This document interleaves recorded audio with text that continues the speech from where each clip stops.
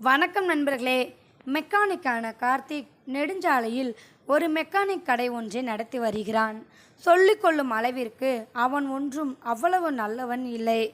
எப்பொழுதும் அவனுக்கு பணத்தின் மீது சற்று மோகம் அதிகமாகவே இருந்தது. சிறிய வேலையாக இருந்தாலும் அதிகமாக பணத்தை வசூலிப்பான். வாடிக்கையாளரும் நெடுஞ்சாலையில் வேறு எந்த கடைகளை தேடுவதென்று வேறு வழி இல்லாமல் பணத்தை தந்துவிட்டு செல்வார்கள். அவனும் வருகின்ற கார்களில் பிரச்சனை என்றால் ஃபோன் செய்யுங்கள், வந்து சரி செய்து கொடுத்து வருகிறேன், தனது தொலைபேசி நம்பர் அடங்கிய விசிட்டிங் கார்டை கொடுத்து அனுப்புவான். அது மட்டும் இல்லாமல் பணத்தாசை பிடித்ததால் அவன் வேறு ஒரு காரியங்களையும் செய்து வந்தான். ஏதாவது சிறிய வேலையாக வரும் கார்களில் சிறிது தூரம் சென்று நின்றுவிடும்படியாக எதையாவது இணைப்பை துண்டித்து விடுவான். அப்படி செய்வதினால் அந்த வாடிக்கையாளர்கள் அவன் கொடுத்த விசிட்டிங் கார்டை வைத்து அவனுக்கு ஃபோன் பண்ணுவார்கள்.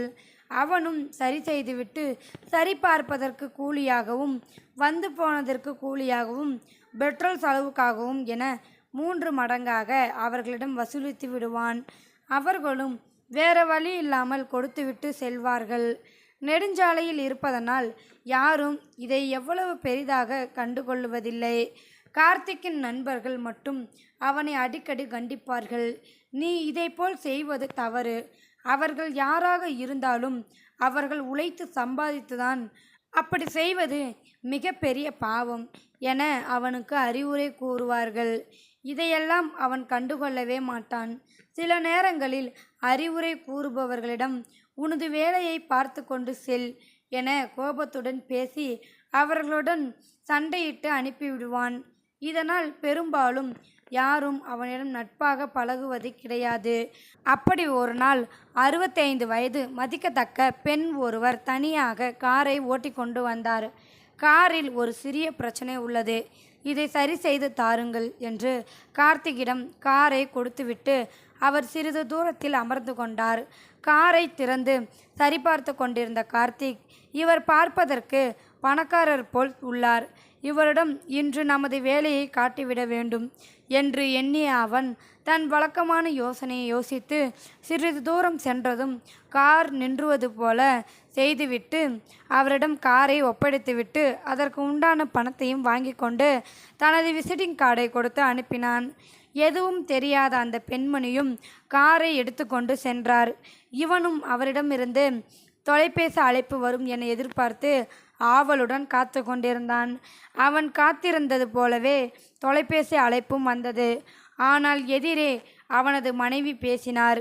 மிகவும் பதட்டமாக பேசிய அவள், நமது பிள்ளை மாடிப்படியில் இருந்து உருண்டு விழுந்து விட்டது, அவனை அழைத்து கொண்டு அரசு மருத்துவமனைக்கு சென்று கொண்டிருப்பதாக கூறினாள்.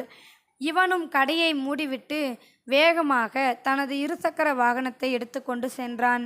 அப்பொழுது அந்த பெண்மணியும் தொலைபேசியில் தொடர்பு கொண்டார். அவரிடம், என்னால் வர முடியாது, நீங்கள் வேறு யாரையாவது பார்த்து கொள்ளுங்கள் என கூறிவிட்டு வைத்துவிட்டான்.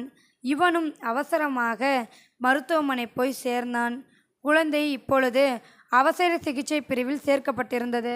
குழந்தைக்கு நிறைய இரத்தம் தேவைப்படுவதாக அங்குள்ள மருத்துவர்கள் கூற இவன் அழைக்காமலேயே இரத்தம் கொடுப்பதற்கு முன் வந்து நின்றார்.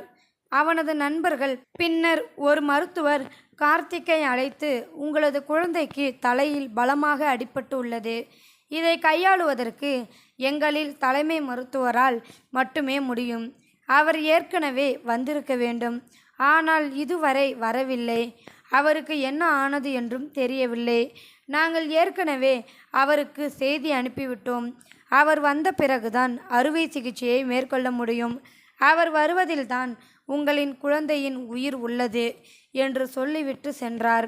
இதை கேட்ட கார்த்திக்கு உலகமே நின்றுவிடும் போல் தோன்றியது. ஏனெனில் அந்த அளவிற்கு குழந்தை மேல் பாசமாக இருந்தான். உலகத்திலேயே அவன் அதிகமாக நேசிக்கக்கூடிய உயிரும் அந்த குழந்தைதான். அப்பொழுது ஒரு ஆட்டோ மருத்துவமனைக்குள் நுழைந்தது. அதிலிருந்து ஒரு பெண்மணி இறங்கி மருத்துவமனையை நோக்கி ஓடி வந்தார். அவரை பார்த்த மற்ற மருத்துவர்கள், தலைமை மருத்துவர் வந்துவிட்டார் என அனைத்தையும் தயார் செய்யுங்கள் என அனைவரும் பரபரப்பானார்கள். அவரை கார்த்திக்கும் பார்த்தான். பார்த்ததும் அதிர்ச்சி அடைந்தான். கார்த்திகை பார்த்த அந்த தலைமை மருத்துவர் சிறிதாக ஒரு புன்னகையை பூத்துவிட்டு வேகமாக அவசர சிகிச்சை பிரிவுக்குள் நுழைந்தார்.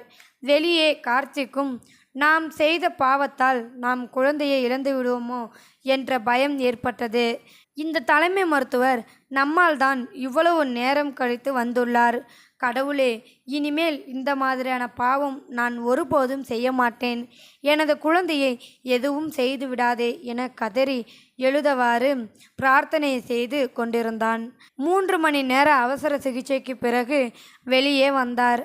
அந்த தலைமை மருத்துவர் கார்த்திக்கை பார்த்து, அவர் மெக்கானிக் தம்பி, இப்பொழுது உனது குழந்தை பாதுகாப்பாக உள்ளது, பயப்படும்படி எதுவும் இல்லை, சந்தோஷமாக இரு என கூற அவன் சட்டென்று அவரின் காலில் விழுந்து அழத் தொடங்கினான். எதுவும் புரியாத அந்த மருத்துவரும், எழுந்திரு, என்ன ஆனது, என்ன விஷயம் என கேட்க, என்னை மன்னித்து விடுங்கள், நீங்கள் தாமதமாக வருவதற்கு நான் தான் காரணம். காசுக்கு ஆசைப்பட்டு உங்களின் காரை நான் தான் பழுதாக்கினேன்.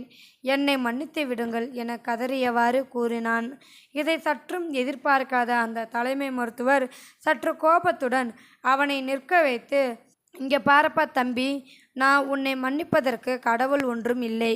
உனது குழந்தைக்கு இப்படி ஆனதால் உனக்கு அந்த வழி புரிகிறது.